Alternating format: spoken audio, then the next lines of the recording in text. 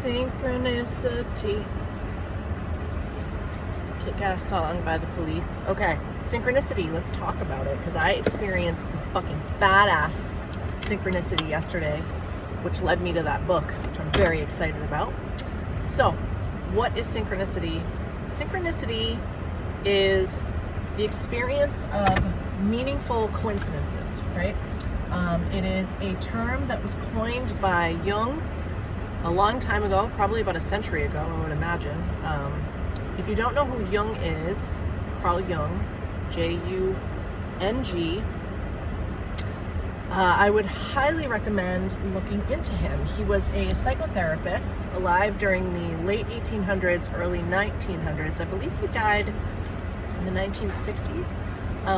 He was a student of Freud, but he, in my opinion, did way, way, way more important things than Freud ever did, right? So he's, like I said, a psychotherapist. He was also an astrologer.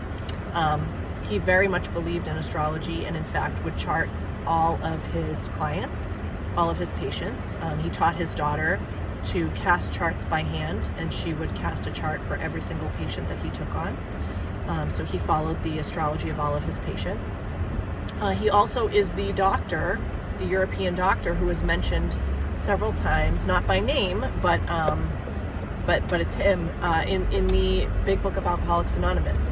So I'm not kidding when I say that Jung is like a personal hero for me, because he literally shows up in just about every area of my life, and in an extremely positive way, right? So the term synchronicity is linked back to him, and oftentimes, if you were to Google like Carl Jung synchronicity, you will come upon the Beatles story, right? And there are a lot of practitioners who refer to synchronistic happenings as Beatle moments.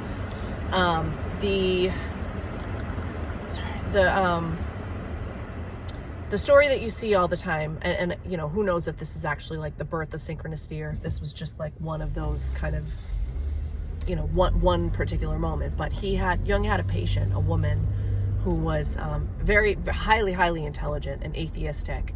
So she was suffering from a deep depression and having a very, very hard time getting herself out of it. And largely because, as Jung believed, because she had no real belief system. She had no faith. She didn't believe in anything outside of herself.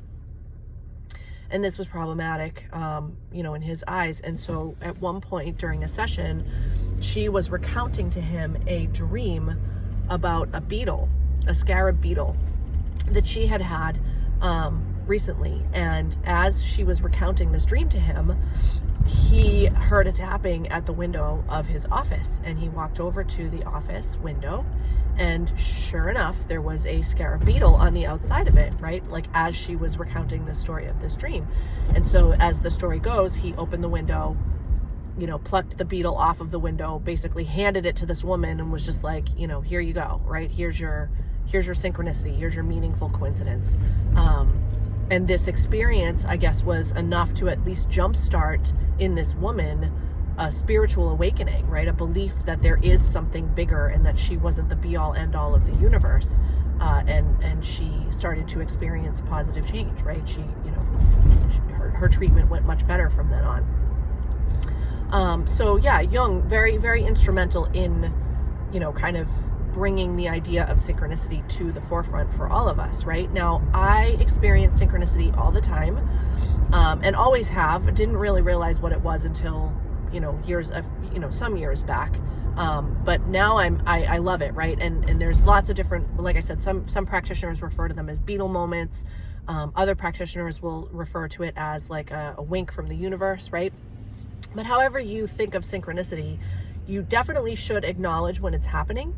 And you absolutely should wink back at the universe, right? Because what I find is that this hologram, this matrix, whatever the fuck, this life is, it is an interactive one. And if you experience a synchronicity and you acknowledge it, then the universe usually responds by continuing to build on the meaningfulness of the coincidences that you experience, to the point where they're almost absurd, right? And you just know, right? Like you just know that there's something bigger running the show. So I've had one of these I have a bunch of them, right? I have like kind of synchronistic threads that run through my life. Sometimes I experience like one-off synchronicities, which are just as great, but but I have several of them that have been going on for years. And one such came up for me yesterday. As you can hear, probably, I'm sick as fuck. I've been dealing with the mother of all sinus infections for a while. And that's part of the story. So the story for this particular synchronicity starts back in 2018, July of 2018 to be precise. I was pregnant with my youngest child, Aaron, who is now 5. And about a week or so, he was born about a month early. I went into labor with him almost like to the day of my like 36th week, I think, if I remember correctly. But so anyway, about a week or so before I went into labor with him, I got a song in my head. Time by Hootie and the Blowfish, right? Which is random because I don't not like Hootie and the Blowfish. I mean, I grew up in the 90s, so whatever. But they're not like a big staple in my music collection by any stretch of the imagination. But for whatever reason, about a week or so before I went into labor with Aaron, that fucking song was in my head like every single day. And I couldn't, there's no reason for it. I didn't hear it, right? There was no whatever. But it was. Okay, so what happens is I go into labor at about 7:30 at night on the 21st of July. And my contractions started coming very, very quickly. And I was like, okay, shit, right? Like, this is probably not going to stop. And so I was at my sister's house out in like closer to central Massachusetts. So it was like a good hour and 15 minutes away from the hospital where I was supposed to deliver. And they tell you not to do this, but I kind of didn't have a choice. I drove myself to the hospital contracting, right? I know, stupid. But again, circumstances being what they were, there was not really any choice for me in the matter. I needed to get there. And so I drove myself to the hospital and I was contracting, and it was a miserable fucking experience, right? The whole thing was just not, was not good. And I remember pulling up to the hospital, like the valet section of the emergency room, basically. And I, stopped the car, I put it in park, I put my hands on the steering wheel like this, right? And I had a moment of like, right? Like, okay, I made it. And tell me that fucking song didn't come on. Time by Hootie and the Blowfish. Time, right? Like in that exact moment. And I just started hysterically fucking crying, right? Because it was, it was a very apropos song for what I was going through kind of at the time. But also the fact that I had that song in my head for that whole week. And then it just so happened to like play at that moment was just fucking bananas for me, right? So now every time I hear that song, I always think of Aaron, and I'm like, oh, it's like my little song with my little guy and whatever. Fast forward to yesterday.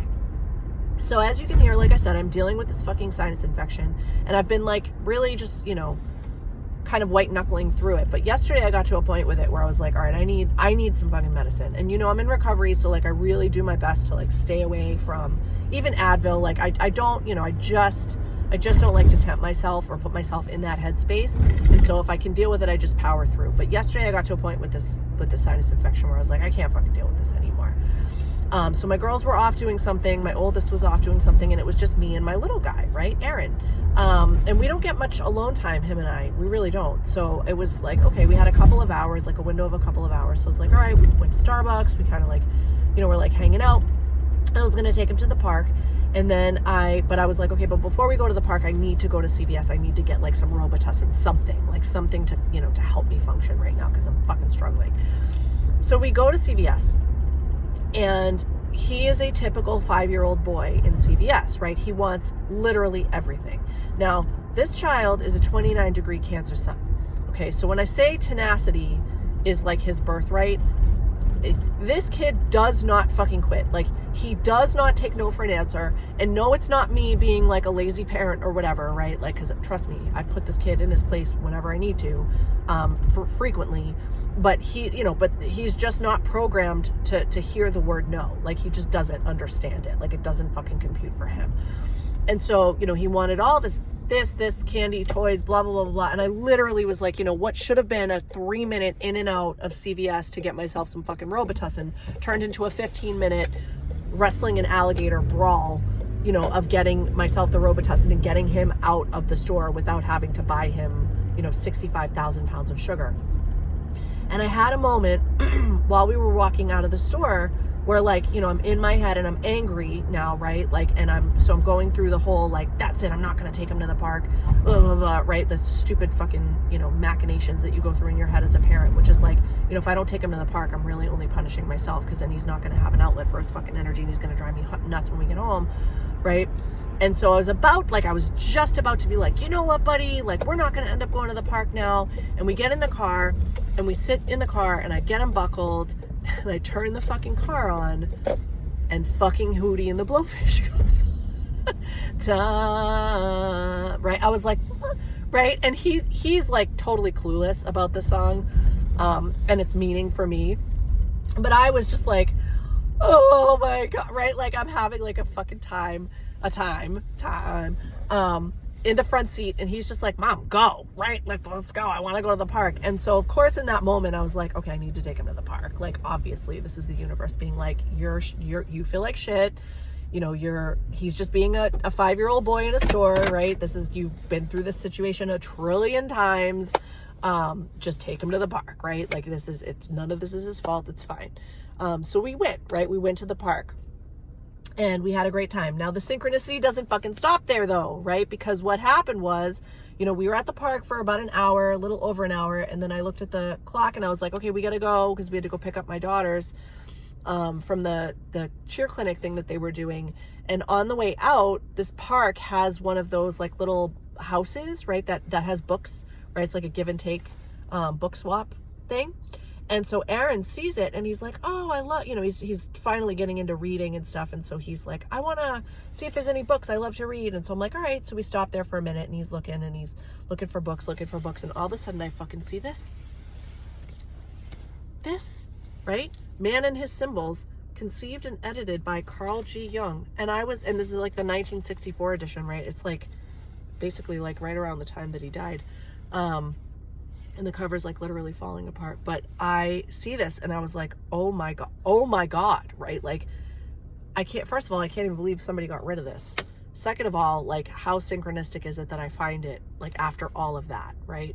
So yeah, I'm psyched about this book. I love synchronicity. I love when they happen.